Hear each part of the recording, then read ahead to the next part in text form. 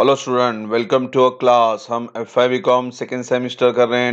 Topic है हमारा accounting from incomplete record. आज जो कर रहे हैं क्वेश्चन नंबर 6 क्वेश्चन आंसर के साथ करेंगे। इसके पहले क्वेश्चन नंबर 1 से लेके 5 यहाँ देखो, आई बटन यहाँ चेक करें, नीचे डिस्क्रिप्शन में भी लिंक है, वहाँ से भी चेक करें। ये इनकम्प्लीट रिकॉर्ड का आज हमारा लास्ट सम है। इंशाल्लाह नेक्स्ट वीडियो हम फायर इंश्योरेंस से स्टार्ट करेंगे। अगर बच्चों आप चाहते हैं कि और क्वेश्चन सॉल्व करूं तो प्लीज़ कमेंट बॉक्स में आप कमेंट करें।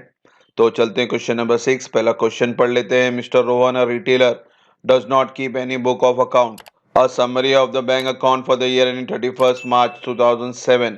तो आपका करंट ईयर 2007 है। नीचे बैंक अकाउंट का डिटेल है, फिर प्रीवियस ईयर बैलेंस शीट का डिटेल है, 2006 का और 2007 करंट ईयर का बैलेंस शीट का डिटेल है। और इसमें एक ही एडजस्टमेंट है, डेप्रिसिएशन ऑन फर्नीचर 10%। क्वेश्चन है आपका, ट्रेडिंग बनाइए, पीनल बनाइए और बैलेंस शीट बनाइए। ठीक है, तो पहला रिसिप्ट एंड पेमेंट यानी बैंक अकाउंट चेक करते हैं। ओपनिंग बैलेंस यानी ये प्रीवियस ईयर का आपका एसेट्स में जाएगा। करंट ईयर का ओपनिंग है तो प्रीवियस ईयर का क्लोजिंग, तो बैंक अकाउंट बन के जाएगा प्रीवियस ईयर बैलेंस शीट में एसेट साइड। डेटर अकाउंट बनाते हैं हम लोग, डेटर अकाउंट में क्रेडिट साइड जाएगा ये entry. Closing balance of bank, ये बैंक अकाउंट है ये, तो बैंक अकाउंट का क्लोजिंग बैलेंस है। प्रीवियस सम में भी देखो क्लोजिंग बैलेंस आपका डेबिट साइड आया था, रिसिप्ट साइड यानी, तो डेबिट साइड क्लोजिंग बैलेंस आता है। इसका मतलब ये ओवरड्राफ्ट हो गया करंट ईयर के लिए, तो आपको करंट ईयर की बैलेंस शीट में लाइबिलिटी साइड लिखना है एज ए बैंक ओवरड्राफ्ट। इसको याद रखना बच्चों। फिर पेमेंट साइड में क्रेडिटर है, क्रेडिटर अकाउंट में जाएगा। डेबिट साइड सैलरी पीएनएल है, रेंट पीएनएल है, जनरल एक्सपेंस पीएनएल है, एडवर्टीजमेंट पीएनएल है। ड्राइंग, ड्राइंग हम क्या करते हैं, कैपिटल से लेस करते हैं, यानी करंट ईयर बैलेंस शीट में आपको लाइबिलिटी साइड में यानी कैपिटल के नीचे जाके इसको माइनस करना है। फिर balance sheet of previous year और करंट ईयर, तो हर एक के दो दो इफेक्ट पास करने हैं आपको। फर्नीचर एसेट्स है, स्टॉक, ये पहला 524 जो ओपनिंग स्टॉक बनेगा करंट ईयर में, as well as previous year balance sheet asset side. 6300 current year का क्लोजिंग स्टॉक है, तो ट्रेडिंग अकाउंट क्रेडिट और बैलेंस शीट एसेट्स। फिर डेटर का ओपनिंग क्लोजिंग है, प्रीवियस ईयर दोनों अकाउंट में भी जाएंगे, और ये प्रीवियस ईयर एसेट में जाएगा और एक करंट ईयर एसेट्स में जाएगा। फिर प्रीपेड रेंट, ये प्रीवियस ईयर का प्रीपेड है, तो आप इस वाले रेंट में 1800 के अंदर एक इफेक्ट पास करेंगे, 300 का प्लस करेंगे पहला तो, और दूसरा effect previous year balance sheet asset. उसी तरह से करंट ईयर का प्रीपेड है, तो वापस से इस 1800 में आप क्या करोगे, करंट ईयर का माइनस करेंगे, और सेकेंड इफेक्ट करंट ईयर की बैलेंस शीट में एसेट साइड। फिर क्रेडिटर का ओपनिंग क्लोजिंग दिया हुआ है, ओपनिंग क्लोजिंग पहली बात तो अकाउंट में आएगा एक एक इफेक्ट। दूसरा इफेक्ट ये वाला प्रीवियस ईयर लाइबिलिटी, और 4700 current year liability. Outstanding advertisement ये 300 दिख रहा है आपका, इसके अंदर कैलकुलेट होगा।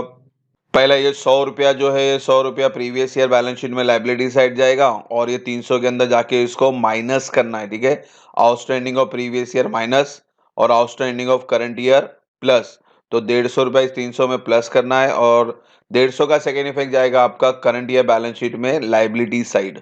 एडजस्टमेंट में फर्नीचर का एडजस्टमेंट है, और डेप्रीशिएशन निकालना है आपको। डेप्रीशिएशन हमेशा आपको क्लोजिंग बैलेंस पे निकालना होता है, तो भले ही अमाउंट यहाँ पे सेम लग रहा है, मगर इसको याद रखना कि डेप्रीशिएशन हमेशा क्लोजिंग वैल्यू पे आता है। तो इसको टिक मार्क करके रखते हैं कि भाई 10,400 जब हम लिखेंगे तो इसको इनर कॉलम में लिखना है आपको। अब यहाँ पे वर्किंग नोट क्या क्या बनाना है। पहला तो डेटर और क्रेडिटर दिया हुआ है, इसका मतलब परचेज और सेल्स निकालना है। तो इसमें कहीं पे भी परचेज सेल्स नहीं दिया है, तो डेटर क्रेडिटर से आपको परचेज सेल्स मिल जाएगा। और एक चीज, आपको कैपिटल फिगर कहीं नहीं दिया, यानी आपको कैपिटल फिगर कैसे मिलता है, हम लोग लास्ट सम में भी किए थे क्वेश्चन नंबर 5 में। आपको प्रीवियस ईयर बैलेंस शीट बनाना पड़ता है, तो प्रीवियस ईयर का जो बैलेंसिंग फिगर होगा that is your capital figure, and that capital is going to be carry forward in my current year. तो सबसे पहले हम वर्किंग नोट यहीं बना लेते हैं। तो चलते हैं बच्चों, बैलेंस शीट बनाते हैं पहला प्रीवियस ईयर की, ताकि हमें कैपिटल मिल जाए। तो balance sheet as on 31 March 2006, this is your working note number 1। तो पहला जो प्रीवियस ईयर का डिटेल है वो डालते जाते हैं। सबसे पहले देखो, बैंक अकाउंट में ओपनिंग बैलेंस था आपका, तो ये बैंक की एंट्री प्रीवियस ईयर की एसेट्स है 2640, यहाँ लिख लेते हैं बैंक 2640। और यहाँ से तो कुछ नहीं आएगा, हाँ यहाँ ये जो 2006 का जो डिटेल है वो सारे डिटेल डालेंगे। एसेट्स को एसेट्स में लिखेंगे, लाइबिलिटी को लाइबिलिटी में लिखेंगे। फर्नीचर पहला है एसेट्स, फिर स्टॉक ये भी एसेट्स है, डेटर ये भी एसेट्स है, प्रीपेड रेंट ये भी एसेट्स है, क्रेडिटर लाइबिलिटी है तो लाइबिलिटी साइड लिखेंगे, आउटस्टैंडिंग एडवर्टीजमेंट ये भी लाइबिलिटी है, लाइबिलिटी साइड लिख देते हैं। तो इस तरह से देखो प्रीवियस ईयर बैलेंस शीट बन गई। अब इसको क्लोज कर दें।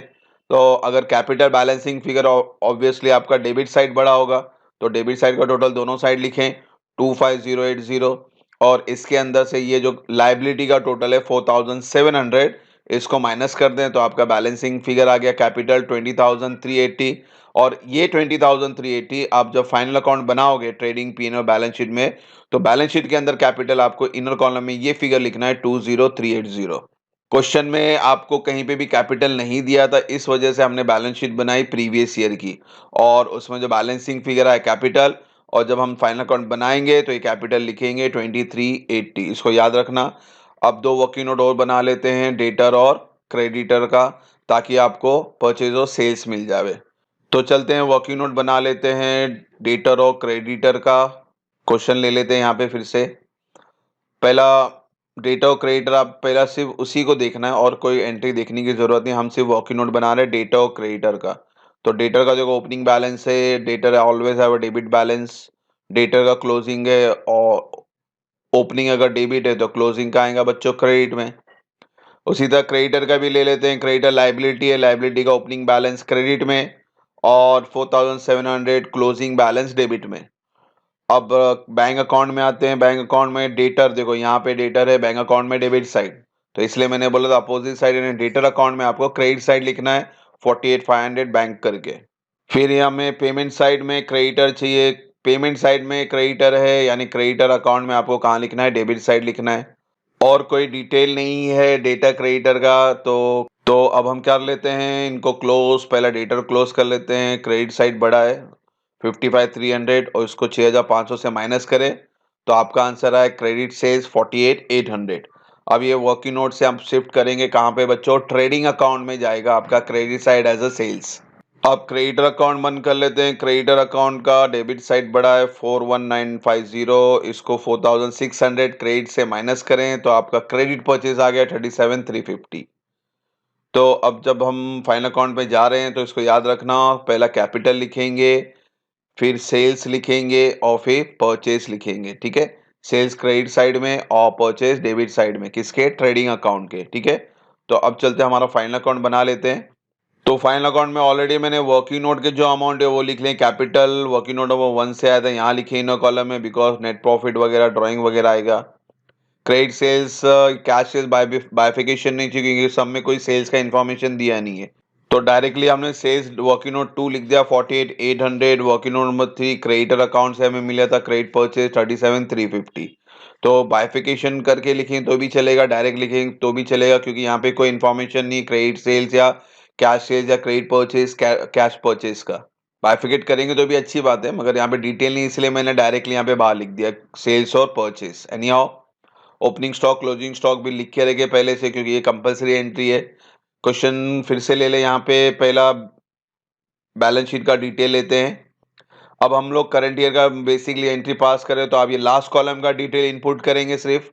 तो पहला फर्नीचर लेते हैं 10,400, स्टार मार्क है, यानी इनर कॉलम में लिखेंगे।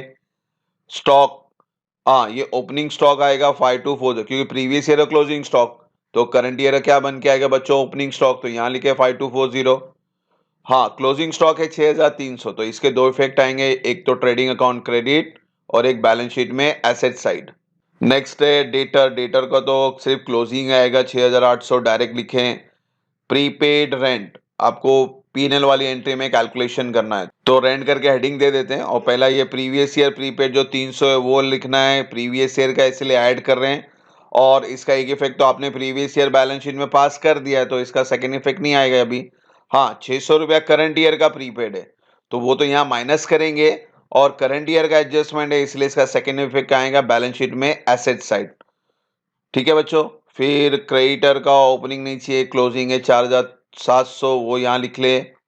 आउटस्टैंडिंग रेंट, इसका भी 100 का एक इफेक्ट आएगा और 150 का दो इफेक्ट आएगा, क्योंकि 100 का ऑलरेडी हमने प्रीवियस ईयर की बैलेंस शीट में एंट्री पास कर दी है, तो 100 का एक इफेक्ट किसके अंदर, एडवर्टीजमेंट के अंदर, तो एडवर्टीजमेंट लिख के नीचे आउटस्टैंडिंग ऑफ प्रीवियस ईयर 100 एक इफेक्ट, 150 करंट ईयर का आउटस्टैंडिंग है उसको प्लस करना है, और 150 का सेकेंड इफेक्ट आ जाएगा बैलेंस शीट में लाइबिलिटी साइड, ठीक है।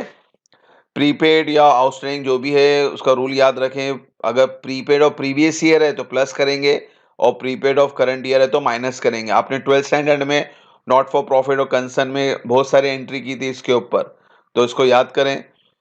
तो उसी तरह से आउटस्टैंडिंग बेसिकली हम क्या करते हैं, करंट ईयर का रहता है इसलिए ऐड करते हैं। तो बच्चों सिंपल वे में याद रखें, प्रीवियस ईयर का यानी अपोजिट साइन कर देना आपको। यानी और रेंट और एडवर्टाइजमेंट का जब क्वेश्चन आएगा वो एंट्री पास करके फिर इनको टोटल करके हम बाहर करेंगे। फिलहाल हमारा इसका डिटेल तो पूरा हो गया। अब बैंक अकाउंट ले लेते हैं। तो बैंक अकाउंट में अब क्या क्या लगेगा हमें, ये हो गया, ये हो गया। क्लोजिंग बैलेंस लगेगा क्योंकि ये करंट ईयर की बैलेंस शीट में आएगा liability side as a bank overdraft. Debit में बैलेंसिंग फिगर आया है, क्लोजिंग बैलेंस है इसलिए ओवरड्राफ्ट। अगर यही बैलेंसिंग फिगर आपका क्रेडिट साइड में आता तो आप नॉर्मल कैश लिख के या बैंक लिख के एसेट साइड में लिखते। तो इस पे आपको ध्यान देना है। फिर पेमेंट साइड में क्रेडिटर नहीं चाहिए, हाँ सैलरी चाहिए 5500। इस पे कोई टिक मार्क वगैरह नहीं है तो हम डायरेक्टली बाहर लिख देंगे। रेंट 1800 इसमें कैलकुलेशन था तो ये 1800 इनर कॉलम में लिखे। अब 300 रुपया प्लस करें और 600 रुपया माइनस करें और टोटल आउटर कॉलम में लिख दे 1500। नेक्स्ट इज जनरल एक्सपेंस 3500, इस पे कोई टिक मार्क नहीं तो डायरेक्टली बाहर लिख देंगे। एडवर्टाइजमेंट इसमें कैलकुलेशन है तो ये 300 रुपये इनर कॉलम में लिखते हैं। 100 रुपया माइनस करें, 200 हुआ, 200 में 150 प्लस करें यानी 350 रुपया आउटर कॉलम में आ गया। Then last is drawing. Drawing क्या करते हैं हम लोग, कैपिटल से हमेशा माइनस करते हैं, लेस फ्रॉम कैपिटल। और बैंक अकाउंट भी मुकम्मल होगा। एक ही एडजस्टमेंट बच्चों आपको दिया था, डेप्रीशिएशन ऑन फर्नीचर 10%। तो इसका 10% यानी 10 छुपा देना आपको। तो ये आ गया 1040, माइनस करके बाहर लिखें 9360। और डेप्रीशिएशन का सेकंड इफेक्ट आपको पता ही है, पीएनएल अकाउंट में debit side to depreciation on furniture 1040। ये एडजस्टमेंट भी हटा दें यानी पूरा सम कंप्लीट हुआ है। Now the last step, close the account.